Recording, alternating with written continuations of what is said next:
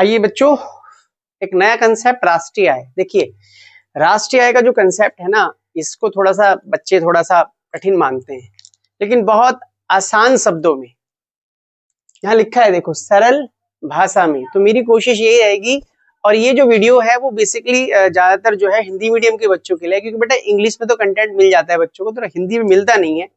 तो जितना सरल हो सकता है, 18 साल का जो मेरा तजुर्बा है उसमें जितना सरल तरीके से मैं समझा सकता हूँ कोशिश करूंगा आपको समझाने की। ठीक है, तो आइए बात करते हैं राष्ट्रीय आय की तरफ।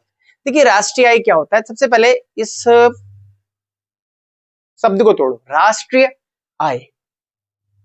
तो समझ में आया, राष्ट्र की इनकम। भाई मैं अगर आपसे कहूं किसी फैमिली की इनकम क्या पता लगानी, कैसे लगाएंगे? तो भाई फैमिली के अंदर जितने मेंबर्स है जो वर्किंग है उनको जोड़ लो, पता लग जाएगा फैमिली की इनकम कितनी। इसी तरह राष्ट्रीय आय का मतलब क्या होता है? एक देश के अंदर, अब देखो यहाँ डेफिनेशन देखते हैं, एक लेखा वर्ष में। अब ये लेखा वर्ष क्या होता है? अकाउंटिंग ईयर बोलते हैं इंग्लिश में। ठीक है, जो बच्चे इंग्लिश के देख रहे हैं वो भी देखें। ठीक, कुछ शब्दों को भाई देखो, हिंदी पढ़ाने वाला इतना बड़ा अंग्रेज तो कोई है नहीं कि वो इंग्लिश में ही पढ़ाएगा। ठीक है, इतना बड़ा अंग्रेज कोई नहीं है, तो पढ़ाते सब हिंदी में ही है। बस थोड़ा सा जो शब्द होते हैं उनको थोड़ा सा लेखा वर्ष बोलते हैं हिंदी में, वहां अकाउंटिंग ईयर बोलते हैं। ठीक है, तो जो इंग्लिश मीडियम के देख रहे हैं वो भी देखें, कोई दिक्कत वाली बात नहीं है। ठीक है, देखिए, लेकिन मेन फोकस मेरा हिंदी की तरफ रहेगा। तो देखिए, एक लेखा वर्ष, लेखा वर्ष का मतलब होता है अकाउंटिंग ईयर। भाई 1 अप्रैल से 31 मार्च, लेखा वर्ष का मतलब जिस साल की हम लोग नेशनल इनकम या राष्ट्रीय आय की गणना कर रहे हैं, ठीक है, उस साल के अंदर। तो एक लेखा वर्ष, लेखा वर्ष का मतलब एक साल के अंदर। ठीक है, 1 अप्रैल से 31 मार्च। एक लेखा वर्ष में एक देश के अंदर जो सामान्य निवासी है, सामान्य निवासी को आप फिलहाल अभी ऐसे समझिए जैसे एक देश के जो निवासी हैं। ठीक है, तो सीधी सी बात है, लैंग्वेज हो गई सिंपल, कि एक साल के अंदर जितने भी एक देश के निवासी हैं उनके द्वारा अर्जित, अर्जित का मतलब कमाई गई, ठीक है, कुल साधन आय का योग। अब यहाँ पर ये जो नाम लिखा है बेटा, साधन आय, ये लिखा है ना आपके सामने, लिखा हुआ है साधन आय। अब इसको आप लोग समझिए, साधन आय क्या होती है। देखिए, आय इकोनॉमिक्स में 2 तरह की होती है। साधन, जिसको हम लोग कारक भी बोलते हैं, इंग्लिश में बोलते हैं फैक्टर इनकम। ठीक, कौन सी इनकम? Factor income. दूसरी इनकम होती है हस्तांतरण या गैर साधन आय, मतलब इसको इंग्लिश में बोलते हैं ट्रांसफर इनकम। मतलब फैक्टर इनकम और ट्रांसफर इनकम, इनकम 2 तरह की होती हैं, साधन आय और हस्तांतरण आय। ठीक है, अब ये साधन आय क्या होती है? भाई सीधी सी बात है, आप इसको ऐसे समझे, कोई भी ऐसी इनकम जो आपने कमाई है। ठीक, काम के बदले जो भी आपको पैसा मिला है, यहाँ लिखा है काम के बदले में जो भी आपको पैसा मिला है वो आपकी कौन सी इनकम है? साधन आय है। ठीक, भाई मैं आपको पढ़ा रहा हूँ या किसी व्यक्ति को पढ़ा रहा हूँ, जैसे यहाँ तो मैं फ्री में पढ़ा रहा हूँ, जैसे कोचिंग में पढ़ाता हूँ तो फीस लेता हूँ। ठीक, तो मेरी कौन सी इनकम है? साधन आय है। ठीक है, अब गैर साधन आय बिना काम के प्राप्त है। बिना काम के भी बहुत सारे पैसे मिलते हैं, सरकार की तरफ से आपको बहुत सारे उपहार मिलते हैं, दान मिलते हैं, स्कॉलरशिप मिलती है जो बच्चे स्कूल में पढ़ते हैं। जब आप 60 साल के ऊपर हो जाओगे तो वृद्धावस्था पेंशन मिलती है, बाढ़ आ जाए तो सरकार मदद करती है। तो वो पैसा जो आपकी तरफ आ रहा है बिना किसी काम को किए हुए, तो वो आपकी होगी बेटा कौन सी आय? हस्तांतरण आय। इसी तरफ दूसरी तरफ साधन आय कौन सी होगी? मान के चलो भाई, किराया, ब्याज और मजदूरी। अब ये साधन आय कैसे हैं? देखिए सुनिए, भाई आपका मकान था, आपने किसी को काम करने के लिए दिया, ठीक है, उसने उस पर प्रोडक्शन किया या 1 महीने फैक्ट्री चलाई उसमें तो जो आपको जो किराया मिल रहा है, किराया मिल रहा है, क्यों मिल रहा है? क्योंकि उसने आपकी जमीन को यूज किया है ना, तो वहां प्रोडक्शन हुआ है, तो प्रोडक्शन के बदले में आपको पैसा मिल रहा है। तो ये जो किराया जो आपको प्राप्त हो रहा है, ठीक है, जमीन का, वो आपके लिए साधन आय है। इसी तरह ब्याज, ब्याज कैसे होगा? भाई देखो सीधी सी बात है, कोई भी चीज, कोई भी पैसा, कोई भी जमीन अगर प्रोडक्शन प्रोसेस में लग रही है, उत्पादन प्रक्रिया में लग रही है, तो उससे जो आपको इनकम हो रही है वो आपकी साधन आय है। भाई आपने किसी को 1 लाख रुपए दिए प्रोडक्शन करने के लिए, ठीक है, अब 1 लाख रुपए दिए, उसने उस जो है पैसे से कोई बिजनेस किया, बिजनेस से उसको कुछ क्या हुआ होगा? इनकम हुई होगी, ऐसा हम मान के चलते हैं। देखो, जो राष्ट्रीय आय है, जो है मैक्रो इकोनॉमिक्स, व्यष्टि अर्थ, समष्टि अर्थशास्त्र के अंदर बहुत सारी चीजें मान के चलनी पड़ती हैं।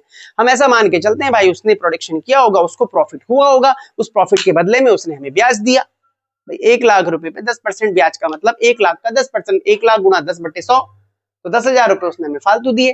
तो जो हमें ब्याज मिला है, क्यों मिला है? भाई उसने प्रोडक्शन किया है, उसने हमारे पैसे को बिजनेस में लगाया है, तो ब्याज हमारी क्या है? साधन आय है। मजदूरी आपको पता ही है ना, भाई आप कहीं काम करने गए और आपको उसके बदले में क्या मिला? पैसा मिला, तो वो कौन सी इनकम हो गई आपकी? साधन आय। ठीक है, चलिए, एक तरह है दो तरफा भुगतान, एक है एक तरफा भुगतान। दो तरफा भुगतान का मतलब क्या हो भाई? आपने किसी के लिए कुछ किया, तब वो आपको कुछ दे रहा है उसके बदले में। आपने जमीन दी तो आपको किराया दे रहा है, आपने पैसा दिया तो आपको क्या मिल रहा है? इंटरेस्ट मिल रहा है। आप कहीं मजदूरी करने गए तब आपको पैसा मिल रहा है, तो ये क्या हो गया? दो तरफा भुगतान। ठीक, साधन आय दो तरफा भुगतान होते हैं, लेकिन जो हस्तांतरण आय होते हैं वो एक तरफा भुगतान होते हैं। एक तरफा का मतलब जो होता है वन साइडेड, जहां एक व्यक्ति ने किसी के लिए कुछ नहीं किया लेकिन दूसरी तरफ से आपके पास पैसा आ रहा है। ठीक, इसमें बेसिकली हम लोग जो मानते हैं बेटा, वो सामाजिक जो सुविधाएं होती है सरकार की तरफ से हमें दी जाती हैं, उनको हम लोग शामिल करते हैं हस्तांतरण आय के अंदर। ठीक है, अब सबसे इंपॉर्टेंट कंसेप्ट जो है ये चौथा जो लिखा है, राष्ट्रीय आय में शामिल और राष्ट्रीय आय में शामिल नहीं करेंगे। बहुत बार क्वेश्चन आपसे पूछा जाता है, जैसे आपको कोई लाइन दे दी जाएगी कि भाई एक व्यक्ति है, वो कहीं किसी कंपनी में काम कर रहा है और उसको कंपनी से जो है मान के चलो सैलरी मिली है, तो बताओ ये कौन सी इनकम है? सबसे पहले ये देखो कौन सी इनकम है, ये है साधन आय। क्यों? क्योंकि उस काम के बदले में आपको मिली है। ठीक, जो एक्चुअल डेफिनेशन है वो है शारीरिक और मानसिक कार्य के बदले में जो है जो पुरस्कार प्राप्त होता है, जो भी पैसा चीज प्राप्त होती है आपको, उसको हम लोग साधन आय बोलते हैं। काम के बदले में हुआ है आपको। ठीक है, अब अगर पेपर में क्वेश्चन में ये लिखा जाए कि बताओ इसमें से किसे राष्ट्रीय आय में शामिल करेंगे, किसे नहीं, और आपको 3 पॉइंट्स दे दिए जाए, जैसे सपोज बेरोजगारी भत्ता, तो आप ये देखिए सबसे पहले है क्या, ये साधन है या हस्तांतरण है? बेरोजगारी भत्ता क्या होता है? जब 25 साल के बाद आपको नौकरी नहीं मिली, सरकार कह रही कोई बात नहीं, हम आपको नौकरी नहीं दे पाए तो हम आपको 1000 रुपए महीना देंगे घर बैठे। ठीक है, बढ़िया है। ठीक है, फिर नेट का रिचार्ज तो हो जाएगा यार। ठीक है, तो सीधी सी बात है, ये कौन सी इनकम हो गई आपकी? हस्तांतरण है। और आपको पता है हस्तांतरण आय को राष्ट्रीय में शामिल नहीं करते, तो आप सीधा लिखेंगे क्योंकि ये हस्तांतरण आय है इसलिए इसको हम राष्ट्रीय में शामिल नहीं करेंगे। ठीक है, हाँ, अब जैसे मान के चलो कोई कहता है ट्यूशन, एक ट्यूटर को उसकी वो मिली, क्या मिली, क्या मिलती है? हाँ, पैसा। कौन सा पैसा भाई? ट्यूशन पढ़ाएंगे तो भाई पैसे तो दोगे कि नहीं दोगे? यहाँ तो फ्री में पढ़ रहे हो। ठीक है, तो कहने का मतलब ये होता है कि जब उसको उसकी सेवाओं के बदले, ट्यूटर को उसकी सेवाओं के बदले में जो पैसा मिला है, तो वो क्या है उसके लिए? साधन आय है भाई, उसने काम किया है ना, तो इसको राष्ट्रीय आय में शामिल करेंगे, करेंगे। तो आप क्या लिखेंगे कि इसको राष्ट्रीय आय में शामिल किया जाएगा क्योंकि ये साधन आय है। ठीक, पक्का? तो आप बेसिकली ये ध्यान रखिए साधन आय क्या होती है, हस्तांतरण आय क्या होती है। मतलब राष्ट्रीय आय के कंसेप्ट को समझने के लिए ना कुछ चीजें ऐसी है जिनको आपको पहले समझना पड़ेगा, तब समझ में आएगा आपको। तो साधन आय क्या है, हस्तांतरण आय क्या है? साधन आय को शामिल करेंगे, हस्तांतरण आय को शामिल नहीं करेंगे। ठीक है, तो चलिए आगे अब हम लोग बात करते हैं आगे कंसेप्ट। आइए बच्चों, अब हम लोग बात करते हैं बेटा उपभोक्ता वस्तुएं और पूंजीगत वस्तुएं क्या होती हैं। ठीक है, देखिए सरल भाषा में हम लोग समझेंगे उपभोक्ता वस्तुएं क्या होती हैं। भाई मैं आपसे एक चीज पूछना चाहता हूं कि आप जो है पैसा जो अपना खर्च करते हो, किन चीजों पे खर्च करते हो? फ्रिज, टीवी, एसी, कार, जूते, चप्पल, कपड़े, फल, सब्जियां, डॉक्टर के पास, टीचर के पास, कोई किसी का सिर विर फोड़ जाए तो वकील के पास है, पुलिस के पास, है ना। तो अब ये समझिए भाई, कहने का मतलब उपभोक्ता वस्तुएं वे वस्तुएं होती है जिन पर उपभोक्ता पैसा खर्च करता है। सिंपल लैंग्वेज है, उपभोक्ता वस्तुएं, उपभोक्ताओं की वस्तुएं जिन पर एक उपभोक्ता पैसा खर्च करता है। उपभोक्ता कौन करता है? उपभोक्ता कौन होता है? जो उपभोग करता है, इंग्लिश में बोलते हैं कंज्यूमर गुड्स। ठीक, उपभोग करने का मतलब होता है पैसा खर्च करना। तो हम 4 तरह की चीजों पे पैसा खर्च करते हैं भाई बेसिकली, है ना। एक टिकाऊ, इंग्लिश में बोलते हैं ड्यूरेबल गुड्स, ठीक, जो कई सालों तक चलती हैं। ठीक, दूसरा है सेमी ड्यूरेबल गुड्स, अर्ध टिकाऊ वस्तुएं। तीसरा है नॉन ड्यूरेबल गुड्स, गैर टिकाऊ वस्तुएं। चौथा है सर्विसेज। ठीक, तो टिकाऊ वस्तुएं क्या होती हैं? जो एक साल खरीद ली, एक बार खरीद ली, कई सालों तक चलेगी। बेसिकली ये दहेज में दी जाती हैं। जब आपकी शादी होगी तो आपको भी मिलेगा, लड़कियां हैं उनको दिया जाएगा, उनके पिताजी देंगे, है ना। ठीक, तो फ्रिज, टीवी, एसी, कार जो एक साल खरीद लिया, एक बार खरीद लिया भाई, कई सालों तक चल गया।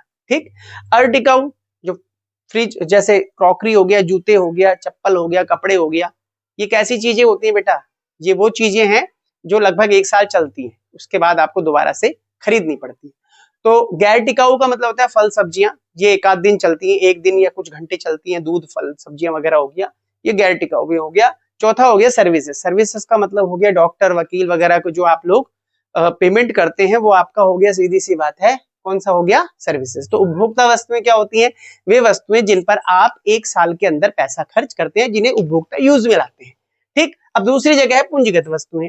अब पूंजीगत वस्तुएं क्या होती है, इंग्लिश में बोलते हैं बेटा कैपिटल गुड्स। ठीक, अब कैपिटल गुड्स क्या होती हैं बेटा, पूंजीगत वस्तुएं वे वस्तुएं होती हैं जो उत्पादन प्रक्रिया में प्रयोग में लाई जाती हैं। ठीक, मशीन से क्या होता है, चीजें बनती हैं, तो मशीन आपके लिए कौन सी वस्तु होगी बेटा, पूंजीगत वस्तुएं। तो पूंजीगत वस्तुएं क्या है, जो पैसे कमाने में आपकी मदद करती हैं, सीधी सी बात है। ठीक, जो धन कमाने में आपकी मदद करती हैं, या जो उत्पादन प्रक्रिया में प्रयोग की आती है, उत्पादन का मतलब पैसा कमाना, सीधी सी बात है। ठीक है, जो उत्पादन में सहयोगी होती है और ये बेसिकली बिजनेस में यूज में लाई जाती है। ठीक, तो पूंजीगत वस्तुएं क्या होती हैं, जो आपको पैसे कमाने में मदद करती हैं, जो उत्पादन में यूज में लाई जाती हैं, बिजनेस में आपकी सहायक होती हैं पैसा कमाने में। ठीक, अब हम लोग आगे कंसेप्ट पढ़ेंगे इसके बारे में। आइए बच्चों, देखिए एक कंसेप्ट मैंने आपको बताया, उपभोक्ता वस्तुएं और पूंजीगत वस्तुएं।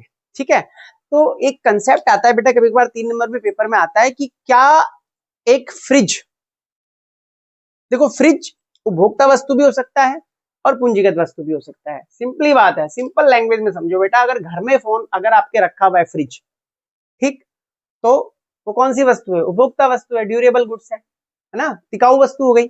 और अगर बिजनेस में यूज हो रहा है, बिजनेस का मतलब क्या होता है, मशीन है, फ्रिज है, टीवी, एसी, कार है, अगर आपको कोई बिजनेस में यूज हो रहा है ये, तो आपका कौन सा होगा, ये पूंजीगत वस्तु। आपसे पेपर में आएगा कि मशीन पूंजीगत भी हो सकती है और उपभोक्ता भी। भाई सीधी सी बात है, एक टेलर है, अगर उसने अपने घर में कोई मशीन रखी हुई है, अपने बच्चों के कच्चे बच्चे सिलेगा उससे, ठीक है, तो वो हो गई भाई कौन सी, उपभोक्ता वस्तु, घर में रखी है ना। और अगर बाजार में है या मान के जो दुकान में रखी, तो पूंजीगत वस्तु है। इसी तरह फ्रिज अगर आपके घर में रखा है तो वो उपभोक्ता वस्तु होगी आपके लिए। और अगर वही फ्रिज आपकी कोई दुकान में रखा हुआ है ना, कोई आपकी दुकान है, मान के चलो दूध की दुकान है, किसी भी चीज की दुकान है, मिठाई की दुकान है, तो वहां उपभोक्ता पूंजीगत वस्तु होगी। तो बिजनेस में कोई भी चीज पैसे कमाने में अगर यूज हो जाए तो वो आपकी कौन सी वस्तु होगी, पूंजीगत वस्तु। यहाँ पर एक छोटी सी बात ध्यान रखें, देखिए मैंने आपसे बोला, मान के चलो जो कोचिंग पढ़ाते हैं, आप भी कहीं ना कहीं तो पढ़ते ही होगे, या नहीं पढ़ते तो आप इमेजिन कीजिए, भाई ये मान के चलो ये बोर्ड है, ये मेरे लिए कौन सी वस्तु है, पूंजीगत, है ना। मान के चलो मैं ट्यूशन में हूं, अभी तो मैं आपको ऐसी पढ़ा रहा हूं, ठीक है, तो कहने का मतलब ये पूंजीगत वस्तु है एक तरीके से, अगर बिजनेस में है मेरे, है ना। और अब ये मुझे बताइए, ये मार्कर क्या पूंजीगत वस्तु है, भाई यूज तो ये भी बिजनेस में हो रही है, इसकी सहायता से पढ़ा रहा हूँ, और ये ना हो तो कैसे पढ़ाऊं, ठीक है। लेकिन बेटा देखो, ये यूज जरूर हो रही है, लेकिन ये पूंजीगत वस्तु नहीं है। हाँ, पूंजीगत वस्तु के लिए एक चीज याद रखना, पूंजीगत वस्तु आपकी महंगी भी होनी चाहिए। चौक डस्टर यूज तो हो रहा है, लेकिन वो सस्ती चीज है, मतलब एक साल, पूंजीगत वस्तु के लिए एक कंडीशन ये भी है कि वो एक साल से ज्यादा चलनी चाहिए, ठीक है, एक साल से ज्यादा, मतलब ऐसी चीज होनी चाहिए जो एक साल से ज्यादा यूज हो।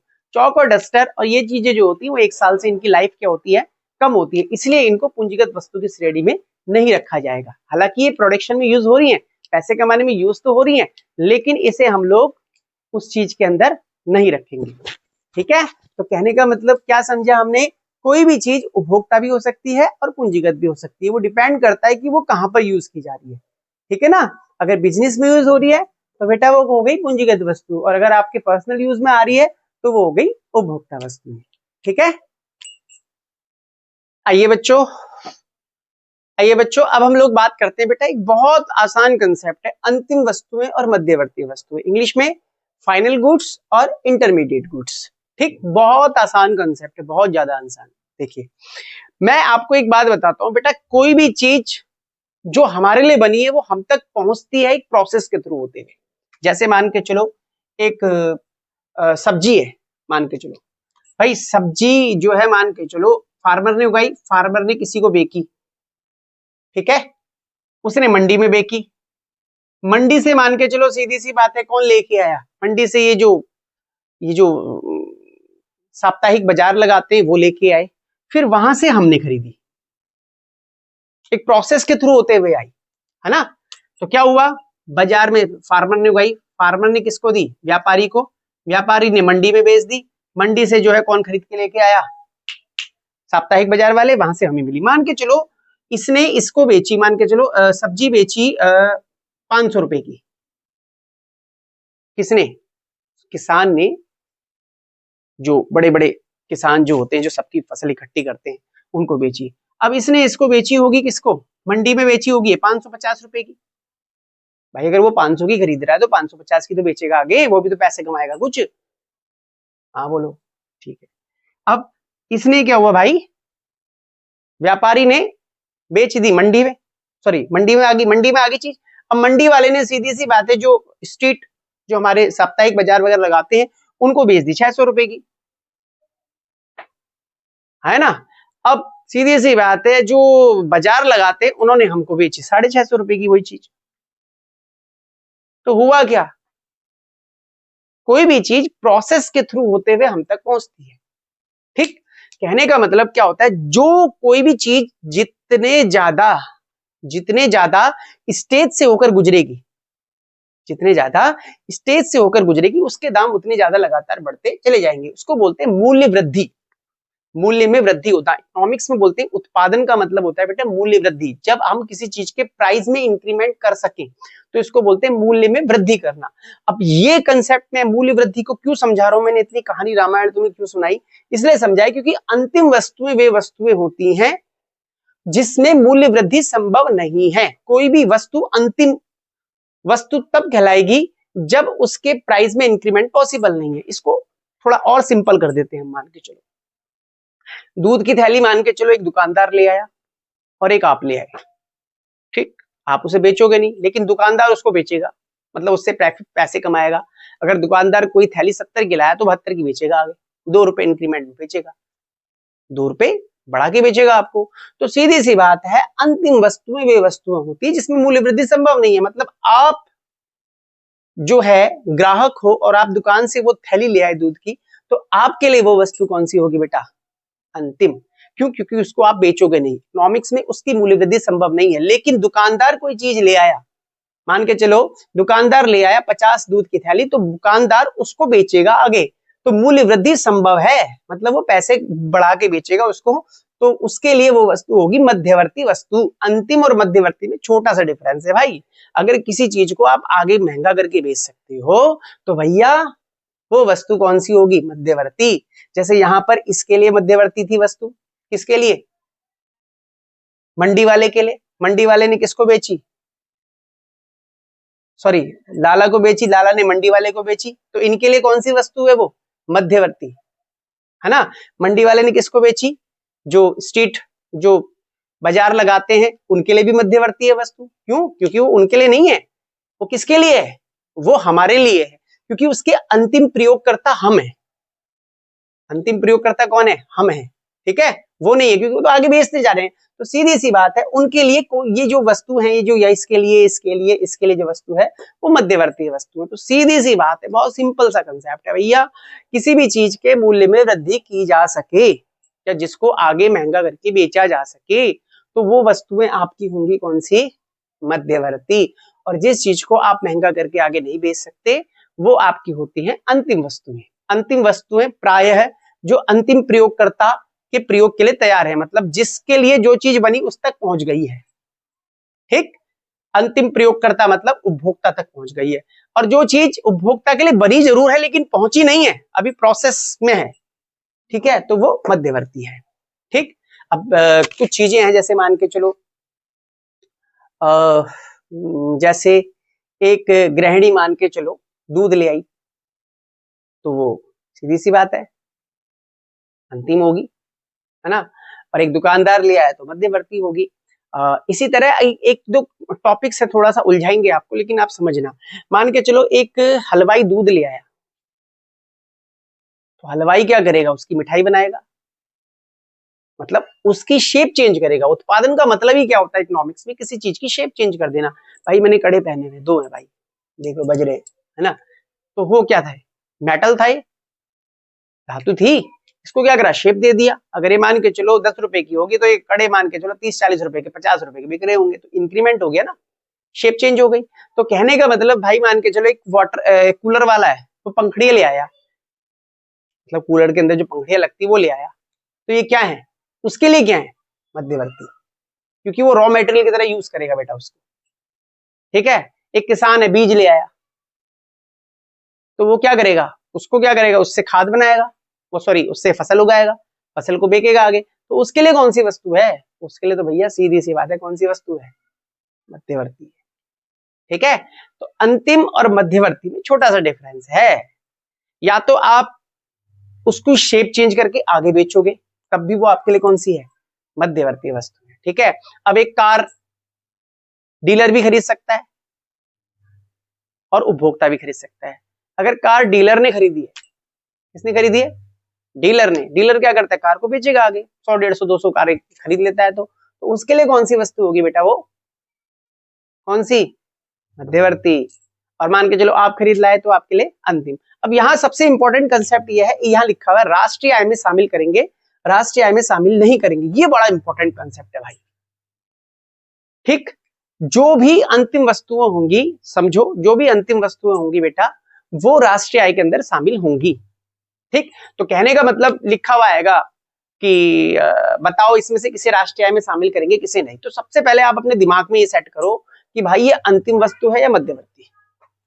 ठीक है, जैसे एक मान के चलो एक किसान द्वारा खरीदे गए बीज, अब देखो ये कौन सी वस्तु है, मध्यवर्ती। क्यों, क्योंकि किसान बीज का प्रयोग उत्पादन करेगा। ठीक है, कौन सी वस्तु हो गई, मध्यवर्ती, है ना। अब इसे राष्ट्रीय आय में शामिल करेंगे नहीं करेंगे, आपको पता है कि राष्ट्रीय आय को मध्यवर्ती वस्तु को राष्ट्रीय आय में शामिल नहीं करेंगे, तो आप लिखेंगे सीधा इसे राष्ट्रीय आय में शामिल नहीं करेंगे। क्यों, क्योंकि ये मध्यवर्ती वस्तु है। ठीक है, पक्का। अब लेकिन एक बात नोट कर लेना, अब जो मैं बता रहा हूं बहुत ध्यान से, बहुत कान से, चाहे आप कुछ भी कर रहे हो, खाना खा रहे हो, टीवी देख रहे हो, लेट के देख रहे हो, ठीक है, बैठ के देख रहे हो, लेकिन ये नोट कर लेना जितनी भी पूंजीगत वस्तुएं होंगी, पूंजीगत वस्तुएं क्या होती हैं, जो उत्पादन प्रक्रिया में पैसे कमाने में यूज की जाती हैं, वो सारी बेटा अंतिम वस्तुएं होंगी। क्या, जितनी भी पूंजीगत वस्तुएं हैं वो सारी अंतिम वस्तुएं होंगी। इस बात का विशेष ध्यान रखना। मान के चलो कैसे, मैं समझा रहा हूं। मैं आपसे कहूं कि एक ट्रैक्टर खरीदा, किसने, किसान ने, क्या करने के लिए, प्रोडक्शन करने के लिए। ठीक, अब ये क्या हो गई, किसान के लिए क्या हो गई, ये पूंजीगत वस्तु है। क्यों, क्योंकि भाई वो कई सालों तक इसको यूज करेगा ना। ठीक, अब आप कहोगे यार बीज भी तो खरीदा था उसने। बीज एक ऐसी चीज है बेटा जो उत्पादन में यूज हो रही है, यूज तो वो भी हो रही है, लेकिन वो एक ऐसी चीज उसने खरीद ली जो कई सालों तक चलेगी, तो कौन सी वस्तु हो गई, पूंजीगत। और पूंजीगत वस्तुएं क्या होती है, अंतिम। तो आपसे पूछे किसान द्वारा खरीदा गया ट्रैक्टर, बताओ अंतिम है या मध्यवर्ती, तो आप बताना क्योंकि ये पूंजीगत वस्तु है इसलिए इसको अंतिम वस्तु माना जाएगा। ठीक, अंतिम और पूंजीगत वस्तु में। ठीक है ना, तो याद रखना बहुत सारे कंसेप्ट आते हैं पेपर में, उनको आप अच्छी तरह देख लेना, बहुत आसान कंसेप्ट हो जाएगा।